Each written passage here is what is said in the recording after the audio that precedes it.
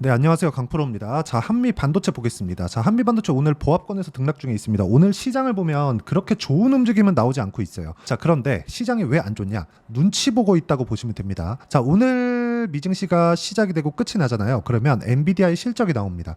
엔비디아의 실적은 당연히 잘 나올 거예요. 그런데 2분기 이후에 그쵸? 전망치가 어떻게 발표를 할지 엔비디아 측에서, 그리고 엔비디아 측에서 발표한 전망치, 실적 발표 시에 발표하는 전망치는 그동안 상당히 신뢰도가 높게 작용을 해왔었습니다. 그래서 한국 시장처럼 앞으로의 전망치를 발표했는데 그게 시장 영향이 없거나 그렇진 않을 거예요. 그런데 기본적으로 A 반도체 시장에 대한 부분은요, 계속해서 성장에 대한 부분, 그러니까 성장에 대한 부분이 있다고 보시면 되는데, 이게 미국에 대한 움직임하고 한국에 대한 움직임 자체가 약간 차이가 납니다. 자, 그 차이에 대해서 제가 뭐라 그랬느냐? 엔비디아는 앞으로 경쟁사가 계속해서 늘어날 수 있습니다. 왜 그러냐면 엔비디아가 지금 A 반도체, 즉 GPU를 굉장히 비싼 값에 팔고 있어요. 그런데 이게 어느 정도로 비싸게 받느냐? 지금 A 서비스를 하고 있는 업체들 있죠. 구글, 메타, 그리고 마이크로소프트, 이 마이크로소프트가 지금 챗GPT를 만들어냈죠. 여기에 있는 오픈 AI가 지금 이런 구조를 갖춰가고 있는데, 여기서 판을 깔아놓고 돈은 엔비디아가 다 벌고 있는 거죠. 근데 이게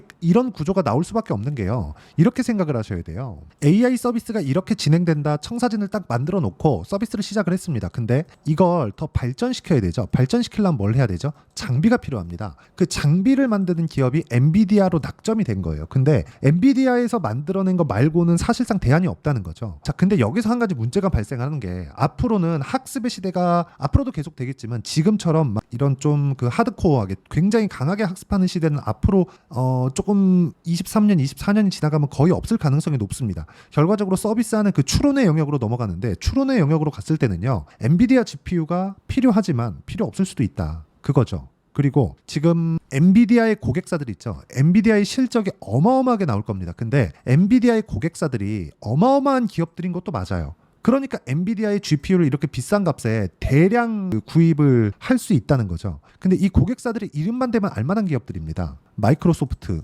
구글, 이런 애들이에요. 그렇죠? 그러니까 여기 뭐가 돼요? 엔비디아가 자랑하는 그 쿠다 생태계를 무너뜨릴 수는 없어도 비등하게 만들어갈 수는 있다. 그런데 여기서 자사 서비스에 맞는 개별 칩셋을 우리가 만들어 쓰겠다. 그래서 실제로요, 만들어서 발표를 하고 있습니다. 근데 여기서 뭐가 있냐? 생산하는 쪽은 다르다는 거죠. 엔비디아는요, 생산하는 게 아니라 설계를 합니다. 그렇죠? 예를 들어서 그런 거예요. 아파트 하나 딱 지어. 그러면 이 아파트를 설계를 하죠. 설계를 하고 시공사에서 시공을 합니다. 그렇죠? 생산을 하는 거죠. 이런 구조가 만들어졌다는 거죠. 근데 이걸 어디서 만들어요? 대만에서 만들어요. 근데 지금은 뭐가 또 필요해요? 메모리 반도체가 계속해서 필요해지는 거죠. 그러니까 한미 반도체는 양손에 떡을 쥐고 있는 거예요. 지금은 하이닉스밖에 고객이 없었어요. 메모리 반도체를 다루는 쪽에서 삼성전자하고 하이닉스밖에 없었고, 이 두 군데에서 거의 그 점유율 거의 한 80% 90% 이런 정도의 점유율을 차지하고 있었기 때문에 이 자체적인 내용을 보면 앞으로 더 좋아지는 거죠. 왜? 지금은 HBM에 대한 수요가 늘어날 수밖에 없기 때문입니다. 자, 그러면 한미 반도체는 지금 양손에 떡을 쥐고 있는 그런 상황입니다. 그러면 앞으로 실적이 좋아질 때까지 오를 거예요. 자,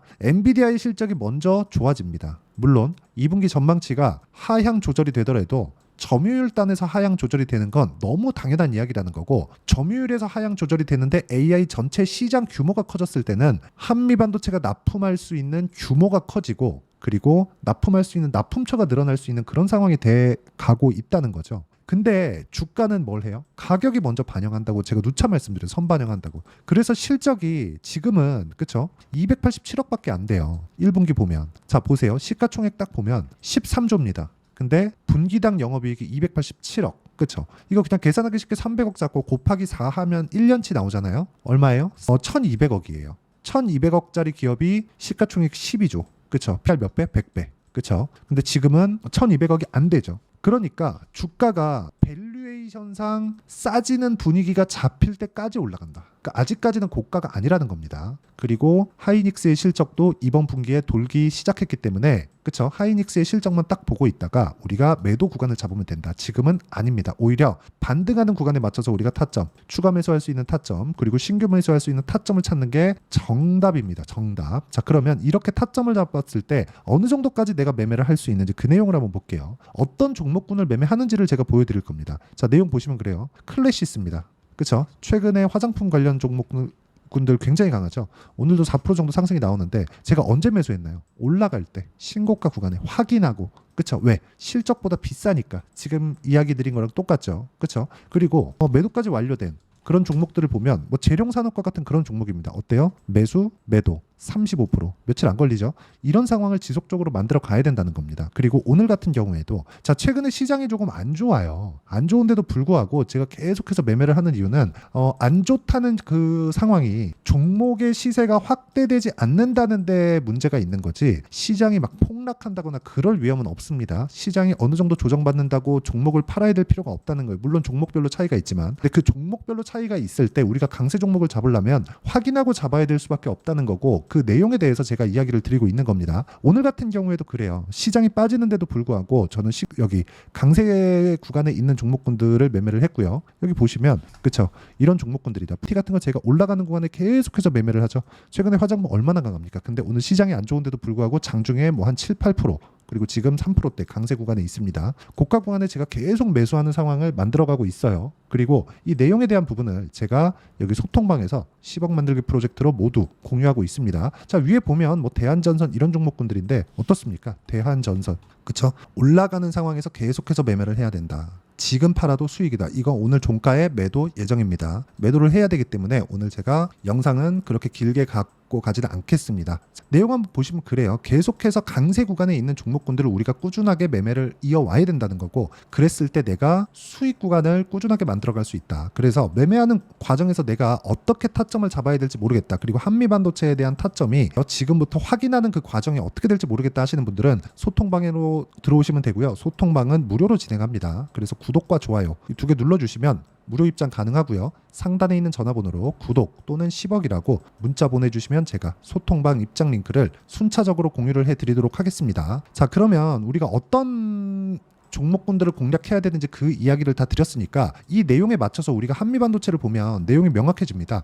제가 왜 봐요? 신고가 구간에 있어서. 그럼 뭐예요? 비싸다. 근데 주식은 어떤 주식이 가요? 비싼 주식이 간다. 그래서 우리는 한미반도체를 지속적으로 추적을 해야 된다.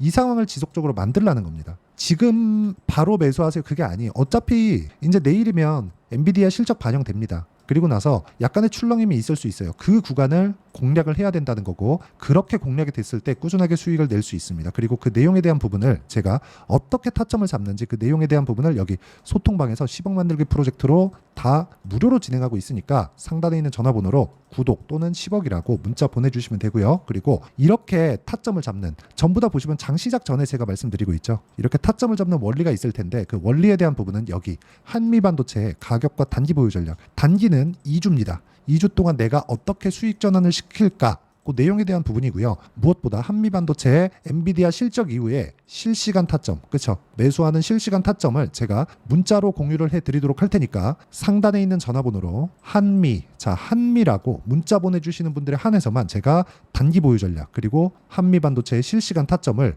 문자로 공유를 해드리도록 하겠습니다. 자, 내용 정리하면 그렇습니다. 주식시장은 미래 가치를 가격이 먼저 반영하고요. 그렇기 때문에 올라가는 주식들, 강세 구간에 있는 주식들은 모두 비싸게 거래가 되는 게 정석입니다. 그렇기 때문에 지금 반도체 종목군들의 뭐 비싸다, 싸다 뭐 이런 논란들이 있어요. 그런데 그런 부분은 싹 다 무시하시면 되고요. 철저하게 내가 얼마에 사야 되는지 그 내용에 대해서 파악하는 게 정말 중요하다. 그렇죠? 이런 내용을 이해를 했을 때 내가 어떤 식으로 매매를 이끌어가고 그리고 어떻게 분류를 하고 어느 정도 성과가 나올 수 있을지 그 내용에 대해서 제가 다 이해를 시켜드리도록 할 테니까 영상 끝까지 시청하시고요. 모든 분들이 성공 투자하셨으면 참 좋겠습니다. 자, 24년도가 돼서도 시장은 여전히 어렵습니다. 자, 근데 시장은 항상 어려울 거예요. 앞으로도 계속해서 어려워질 겁니다. 자, 근데 제가 매월 대시세 종목을 구독자분들에게 공개를 합니다. 자, 내용을 보면 12월 달에 실제 공개를 했었던 강프로의 대시세 종목에 대한 내용인데 대기업을 상대로 안정적인 매출 구조를 가지고 있고요. 그리고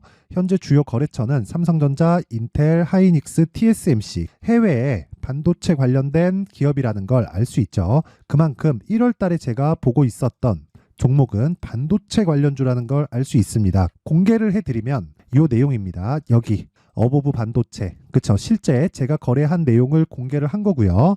수익에 대한 크기를 보면 공략한 시점, 제가 가격대를 함께 공개를 해드렸는데 공략한 시점부터 21%의 수익 마감이 된 것을 확인해 볼 수가 있습니다. 자, 근데 지금도 마찬가지입니다. 지금은 어떤 이슈가 있을까요? 2월 달에 발표한다는 기업 밸류업 프로그램이 있죠. 근데 그걸로 인해서 지금 2월 달에 발표한다고 이야기가 나온 상황이고요. 무엇보다 우리가 생각해야 될 내용은 한 가지입니다. 어떤 이슈나 그리고 어떤 상승할 수 있는 내용으로 인해서 주가가 올라가는 것은 맞죠. 하지만 가격이 먼저 반영한다는 걸 반드시 알고 있어야 되고, 그런 내용에 대한 파악이 되었을 때, 그쵸? 여기 어부부 반도체처럼 21%, 그쵸? 대략 3에서 4일 동안 20% 이상의 수익을 먹을 수 있고요. 그리고 여기 HLB 같은 종목처럼 대략 일주일이 채 되지 않는 기간 동안 30%의 수익을 낼 수 있습니다. 자, 그러면 답은 나왔어요. 재료에 대한 부분보다 중요한 게 가격이다. 자, 근데 지금 시장에 쏠려 있는 게 뭐죠? 2월 달에 발표하는 기업 밸류업 프로그램에 대한 내용이죠. 자, 그러면 우리가 이쪽에다가 지금 집중을 해야 될까요? 그 내용을 한번 보겠습니다. 기아차의 차트를 보면요. 1월 24일 날 정부단에서 입김을 불어넣은 이후에 시세가 강하게 발생한 것처럼 보이지만 애초에 12월 달부터 신고가를 달성했다는 걸 확인할 수 있습니다. 자, 그러면 우리가 스케줄을 따져봤을 때 우리가 어디를 봐야 될까요? 4월 달 총선을 봐야 됩니다. 드디어 때가 온 거죠. 4월 달 총선이 끝나면 그 뒤엔 뭐가 있죠? 대선 전국으로 들어갑니다. 그러면 우리는 4월 달 총선부터 시작해서 대선까지 이어질 수 있는 종목을 찾는 게 정말 중요합니다. 그게 정부 정책의 방향과 그리고 스케줄에 맞춰서 가는 거예요. 정치적인 상황에 따라서 주가가 움직이는 걸 우리는 수도 없이 많이 봐왔기 때문에 스케줄에 맞춰서 가는 게 지금으로서는 답이 될 수 있습니다. 그리고 무엇보다 어느 정도의 시세를 내는지 그 첫 번째 단계인 상황을, 그쵸? 제가 12월 달 밝혀드렸었던 대시세 종목으로 이미 공개를 해드렸기 때문에, 그쵸? 어떻게 제가 매매를 했는지까지 다 보여드렸습니다. HLB처럼, 그쵸? 31.9% 걸린 시간은 4일밖에 되지 않죠. 이 종목을 제가 가격과 그리고 어떤 종목인지를 애초에 12월 달부터 공개를 한 겁니다. 자, 그러면 지금도 마찬가지예요.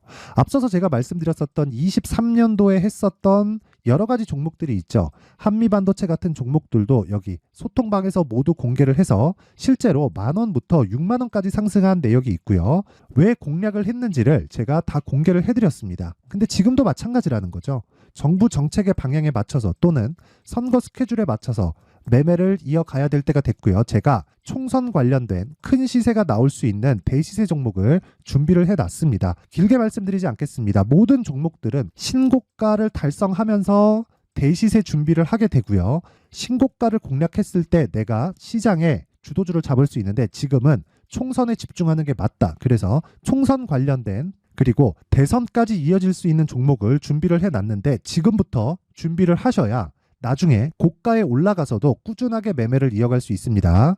자꾸 막 손절하고 매매하는 과정에서 너무 어렵다 하시는 분들은요. 이 종목 딱 받아가서 큰 수익 내셨으면 좋겠고요. 이 종목은 상단에 있는 전화번호로 대시세라고 문자를 보내주시는 분들에 한해서만 제가 총선 그리고 대선까지 이어질 수 있는 종목을 공개해 드리도록 할 테니까 상단에 있는 전화번호로 대시세라고 문자를 보내주시고요. 그리고 구독과 좋아요 꼭 좀 부탁드리겠습니다. 시장은 정말 어렵습니다. 자, 그래서 모든 분들이 성공 투자하셨으면 좋겠고요. 기본적으로 가격에 대한 파악을 하면서 큰 수익을 내셨으면 좋겠습니다.